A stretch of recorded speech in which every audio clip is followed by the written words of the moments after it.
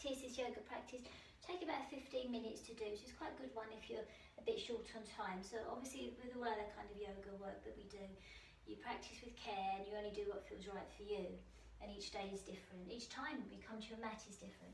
So coming down onto your mat and just starting off in all fours, and just shake off the wrists a few times, maybe rock from side to side, just kind of easing into it, and then start to circle, a few little circles, just testing how your knees feel, testing how your shoulders feel, to eventually perhaps you can ease your hips all the way back towards the heels, all the way back towards the heels. The forehead might come onto the floor, or you might want to support your head with your hands or 2 fists or a block, whatever you have to hand. Your knees can be a bit wider apart, or your knees can come in together. So straight away start to figure out and start to be really conscious about what position you're in. And then just settling there for a few moments and just feeling your breath in the back of your body, breathing in and letting your breath go. Letting your shoulders go, letting the weight of your body rest down towards the floor. Just collecting yourself together, being aware of how you are. And then coming up when you're ready, and just coming onto your back, so the soles of your feet are flat to the floor. So this is the opposite sort of movement to what we just did. Child's pose is a flexion or a forward bending movement. And this one we're going to go into small bridge pose, so this will be a small back bend. So first of all, just settle again, find the connection down through the shoulders, connection through the hips, connection through the heels and the feet. So the heels and the base, the toes and the toes themselves. And ever so lightly, as you push down into the feet, can you feel your hips lift? Just go up a little way, you don't have to go very far. Don't have to go very far. And then lift up one heel at a time, just testing, seeing how that feels. Then as the heels come down, relax the thighs, relax the buttock muscles, and the hips might lift a little bit more. But you're not trying to push, you're not pushing the hips up, you're not tensing up the buttock muscles. The hips lift because your spine and the weight of the feet going down into the floor allows that to happen. And the higher your hips come up, the more weight you're going to feel go down into the shoulders. You start to feel that sense of balance between the shoulders and the heels and the feet. And only be with it for as long as it feels okay. You can come down.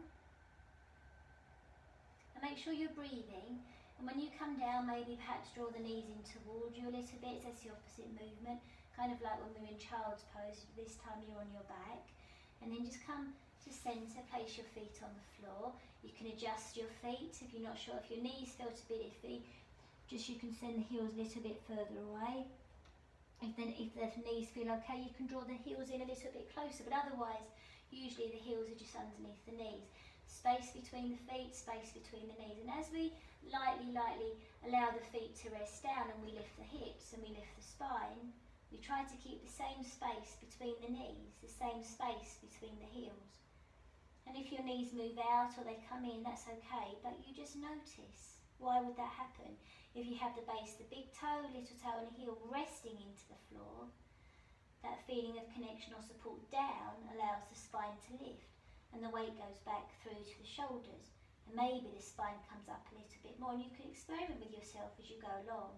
Can you take the arms up without disturbing your body? So can you find comfort in your body? So whatever you're doing, we're not pushing beyond boundaries, we're just being with what we feel, and we're looking for comfort. And ever so carefully we allow the spine to come back down. And when your spine comes back down, you can either let your knees drop to the right and then over towards the left, or draw the knees in towards you, just kind of seeing what feels right for you, and you can rock from side to side, just noticing how that feels in your back, in your spine. And then we're going to roll over onto our side, and we're just going to come into all fours. We're going to do a few little cat stretches. So you're in all fours, so the wrists more or less underneath the shoulders, knees underneath the hips. And again, you can shake off one wrist at a time, lift up one knee. So always knowing that's the position that you start off with. You might want to change, you might not want to stay in that, so you can change. Then ever so carefully, your gaze is between your hands. Draw your gaze towards your navel. and that will round the spine. Make sure you're breathing. Take the gaze forward. And is it possible to take your gaze up? Can you feel the pelvis start to respond? And then as you bring the gaze back down and towards your navel or beyond your knees, can you feel the pelvis, the spine start to respond? So we find those movements through the spine, but without force. So we're kind of working, trying to cultivate that sense of not doing too much, doing less, being with the movements rather than doing. And just rounding as the gaze comes inwards towards your navel, and then noticing what happens to your spine as your gaze goes forward and up. And knowing that you breathe. So I'm not going to tell you how to breathe because you know how to breathe. So being conscious that your breath changes in relation to the movements. And being conscious of your breath as well as the movements themselves. And then just coming back to neutral. So we're going to see if we can go into down dog. So again, you can just shake off the wrists, one wrist at a time, lift up one knee at a time. And then just for a few moments, take your attention to the crown of your head and then the base of the spine or the tailbone, and just imagine those points there as far, far away from each other as possible. Come onto the tips of the toes and imagine the collarbone just far, far away from the thighs as possible. So as you lift your knees, can you keep that sense of space between the collarbones and the fronts of the thighs, between the heels and the top of the head? So we're coming up away from the floor, not forward or back, but up, away from the floor. And then as you allow your head to hang, between the shoulder blades, or between the shoulders, widen or draw up. And that's what allows the pelvis to round, that allows the heels to rest towards the floor. We don't have to go all the way down, but towards the floor. So we're looking to find a sense of long, long spine. Allow the top of the head to go. Imagine, or you can see, test the water. Can you bring up? Lift up one wrist at a time. Can you lift up one foot at a time? So we're not stuck. Try not to be stuck.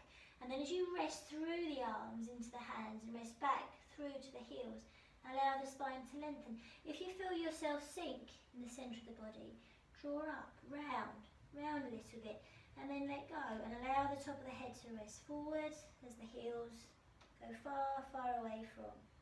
And then when you're ready, lift the heels to bring the knees down and settle back into child's pose. So going back to how we started, and the forehead might come down a little bit more easily, or you might need to support the forehead. So let's just go one more time into down dog. So coming forward into all fours, come onto the tips of the toes. Maybe a little bit differently, imagine the back of the waist can be drawn up. So imagine from inside here, the back of the waist, you can lift your knees. So there's that sense coming up through the centre of the spine. Wide, wide shoulders, imagine the space between the elbows widening as you allow the heels to rest down.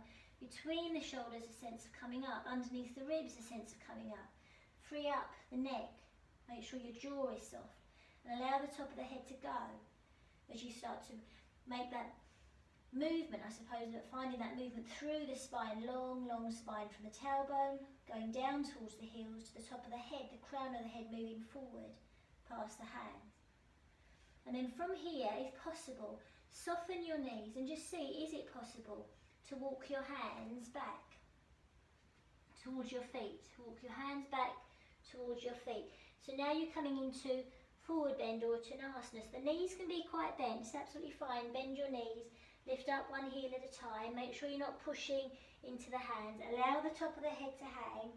Bring your hands to your knees if possible. Now underneath your hands, push the knees forward, round spine, bring the hands towards the thighs, towards the hips, and gradually come up to stand. So you come up. So we're going to go down again, we're going to go down into Uttanasana, or forward fold. So the feet can be a little bit wider if you like, but sort of good, at least hip width between. We're going to let the hand rest on the thighs, round the shoulders, draw the chin in, because that gives you that sense of rounding. We're not hinging from the hips, we're rounding, we're coming forward from the centre of the spine. Soften the knees can be quite soft. Hands can rest on the knees. Now underneath your hands, just imagine someone's behind, perhaps drawing the knees forward, let the shoulders go. allow the top of the head to hang. You're not trying to get your hands onto the floor, we're trying to eventually work at bringing the crown of the head towards the floor. So imagine you're going to lift the heels, that might give you a sense of opening through the backs of the knees, as the hands might come towards the ankles, as the fingertips might touch the floor. And you just round or lengthen yourself down, the spine down towards the floor, and release your head, release the neck. And at any given time, always imagine that feeling of coming up through the heels to lengthen the back of the body. And then ever so carefully we can walk the hands back towards the knees, round spine, and we come up to stand. And your gaze is forward, And then from here, we're going to step the right foot forward, goes forward. The hands can rest maybe on the collarbones or the upper part of the chest. Lift up the back heel a few times, and as the back heel goes down, send the front knee forward a little bit more, and your gaze is forward. Now as you take your gaze up towards the ceiling, you might feel the rest of the spine start to integrate, so the pelvis might move forward a little bit more, the knee might move forward a little bit more, and perhaps you can take your arms up, so you find that back bend just through the gaze. As your gaze goes up towards the ceiling, can the rest of the spine, through the neck, beyond the neck, start to find its place. And then come back up and step forward. And now we're going to step back with the right foot. So now the left foot is forward. Your gaze is forward, and as you take your gaze up, slightly up, noticing, being aware, careful with your neck, as you take the gaze up and the arms lift, you might find that the pelvis moves forward a little bit, the front knee moves forward a little bit, but the back heel stabilises you. So you go into warrior one. Make sure you're breathing, find your balance, and then carefully come out, step forward, step back with the left foot, gaze is forward, find your balance. If you're a bit unstable, you can take the feet a little bit wider. So as the front knee moves forward, find that stability through the back heel. As your gaze goes up slightly, your arms can lift, but allow the weight of the arms to rest down towards the shoulders. And then come back, step forward, step back with the right foot. Gaze is forward, relax your shoulders. Find the ground beneath the feet, the base, the big toes, little toes and heels. As the back heel goes down, the front knee moves forward. As the gaze goes up, the arms might lift, but though you're not stretching up, the weight of the arms rests down towards the shoulders. And there's that real feeling of opening across the front of the body and resting down through the tailbone towards that back heel. Make sure you're breathing, then come back up, step forward. So we're just going to stand for a few moments, just being aware of the connection down through your feet. Focus your gaze. We're going to go into a balance. We're going to ever so carefully lift up the right heel, open the right knee, so you're opening the right hip. If that's enough for you, you stay here, or you can bring the heel to below the knee, above the knee, or you can use your hand, perhaps just go a little bit higher as you go into tree pose. Find that real stability down through that standing foot. You can take the arms out to the side, or you can take the arms up. Just kind of see how that feels for you right now, but make sure that you're breathing. And then come out. Equalise the weight through the feet. Then when you're ready, we're going to lift up the left heel. We're going to open the hip. We're going to ease the heel a little bit higher to below the knee, or you can keep the foot on the floor. Heel might go above the knee, or you can use your hand to place the foot. We want to feel as though the hips are coming together from inside underneath the ribs. We lift. The feeling of the collarbones coming up away from the thigh can still be there as we take the arms up, but we're not reaching up. The weight of the arms rests down, down, down towards the shoulders. Make sure you're breathing, and then we come out when you're ready. And then just settle for a few moments, and you can pause the recording if you like and do that again. Otherwise, let's just come down. We can round ourselves down. Come back into child's pose. So just as we started, we end. So it's always that idea that we come back to the beginning. And you can allow the forehead to rest on your hands, or the forehead might come onto the floor. And just as we started, we finish. And you feel your breath.